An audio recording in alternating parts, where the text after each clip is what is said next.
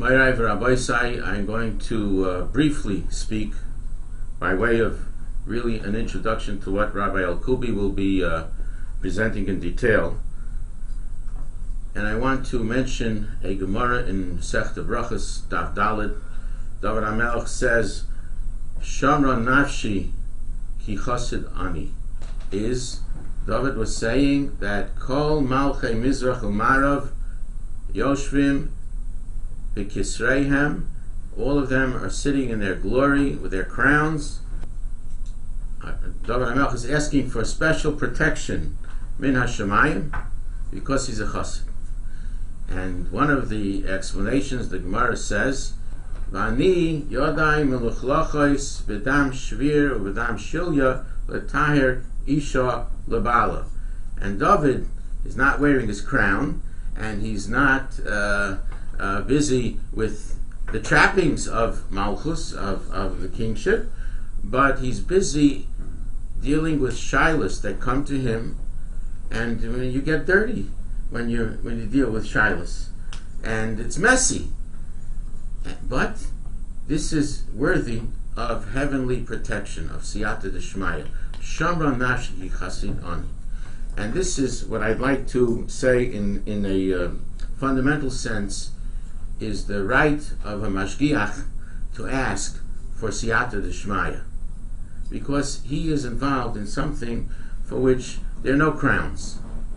But he knows that for HaKadosh Baruch Hu's work, and for people depending on him, for something to be kosher, that it's worthy of siyata d'shmaya. I'd like to show you this little chain here.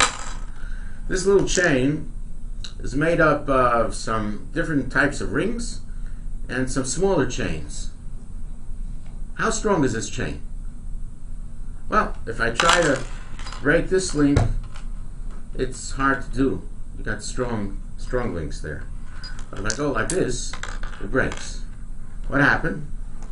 It's the smallest, not the smallest, but the weakest link that broke.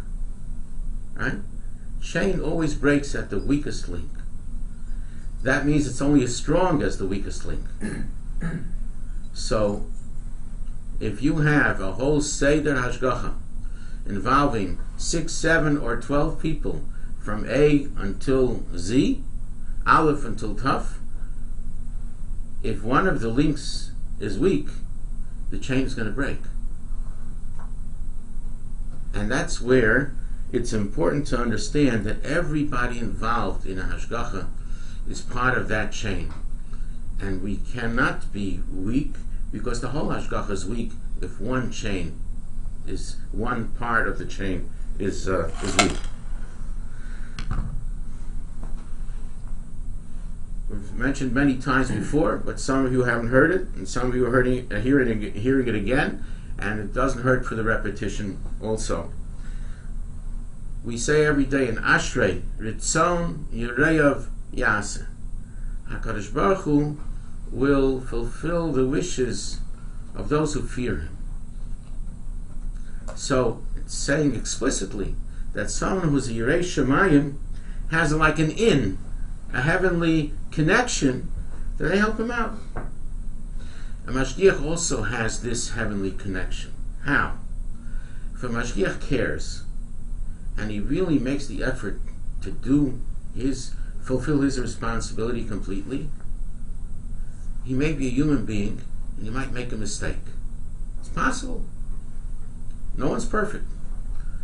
But somebody who cares is going to want to fix his mistake. And he will call up and say, I made a mistake here. How do I fix this?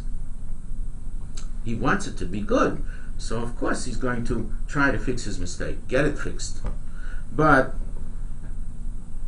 what happens if a person makes a mistake 2 or 3 times? That it doesn't say he's just human. It means he doesn't care. Because people who care get the mistake fixed. And people who care also get siyata d'shmaya. So someone who's a Yirei Shemayim, when everything is going well, he's doing his job and above what his responsibility is, but something happens. He catches something, and he thinks to himself, "Wow, it's unbelievable! It just happened that I caught this. It didn't just happen.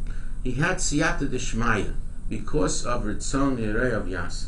So if somebody wants to be zeichet to siyata d'shmaya, and all of us have one time or another seen it with our own eyes, it's when a person really cares that it should be done right.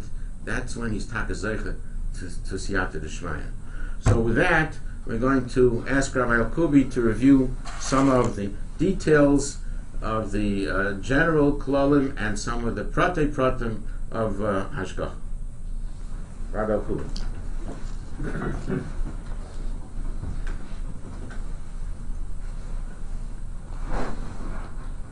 Thank you very much, Rabbi Mashgiach. The secret is that you're not alone in Hashgacha. Although you might be the only Mashgiach at the place, at the restaurant, or at the event, wherever it might be, you are shared and you're working together with a team. It's a Kosher organization behind you. And that's what makes you to be successful. It's your own efforts together with those who are around you. It makes a Kosher agency, it takes a Mashgiach, and it takes a caterer to create a service.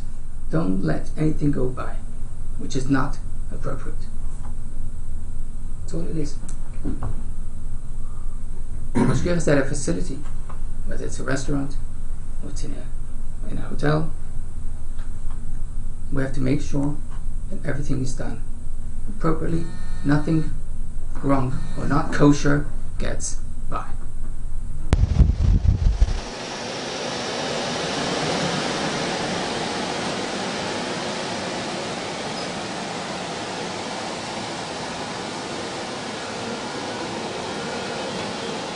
Perfect. We got all the chicken coming in.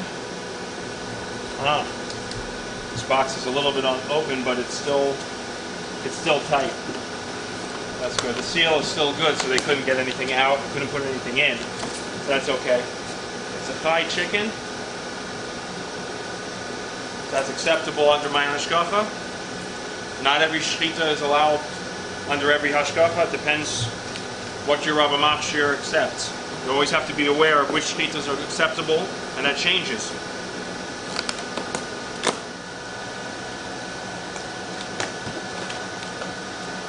That's the outer simon. When it comes to chicken or beef, we're going to be very serious about it, especially when it comes to beef, to make sure that you have two signs. One seal on the outside, and each package has to have been sealed on the inside. As you can see, each package has the thigh chicken symbol around it as well, so you know that this is in fact straight from the factory, everything is secure. If you find something when it comes in, and it does not have proper seals on it, you have to call your supervisor right away and make sure you don't make the decision. This has to be decided by someone above you. Is this going to be acceptable or not? Are there perhaps some other reasons why it will be acceptable? Or are they going to say, you know what, it's no good, you have to send this back. But if you're sending it out, if it leaves from your premises, you want to make sure that when it gets back to where it originated, they can use it too. You don't want to jeopardize the kosher status of this product, and therefore you have to seal it up. So you're going to have to take out your tape and make sure that you wrap it around nice and secure on the outside, double-sided, and again, seal it just as you would do on any other product that's leaving your premises. That's what you have to do. If everything is just the way it's supposed to be, bring it on into the kitchen, let them get to work. Remember, we're all kosher, but there's a difference between kosher and Kehilla kosher. I'll give you a little example. Mr. Rav has mentioned to me in the past. Rav had a sheva rachas in his house. Caterer went and made a sheva rachas, catered for the simcha. And of course, is it a kosher kitchen? Who's going to doubt? Nevertheless, we sent a Mashgiach to kosher the kitchen and treated it as if it's an outside event in a non-kosher place. We had to kosher the kitchen. Why would you have to do something like that? If we're talking about a kosher kitchen here, the answer is that when you're dealing with the tzibur, with the rabbim, with the public, we have to have certain guidelines which are different to your own personal style.